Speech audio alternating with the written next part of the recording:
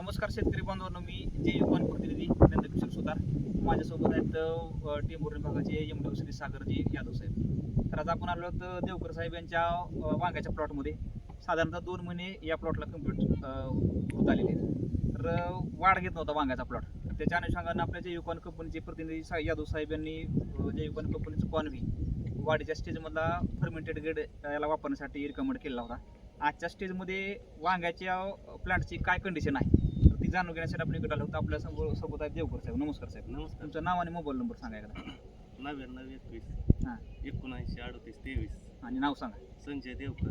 बरं, त्या वांग्याच्या प्लॉटला आपण कॉन्व्ही सोडलेलं होतं कॅन्ड, बरोबर का? ते देण्याच्या आधीची काय कंडिशन होती ती एकदा सांगा बरं जरा.